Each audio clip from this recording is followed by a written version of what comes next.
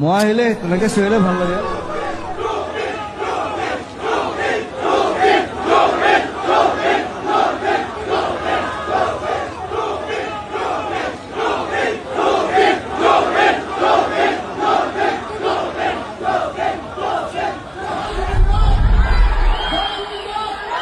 মই মৰিলে এইটো গানে বাজিব কিন্তু। So this song is so important for you, for me, for everyone.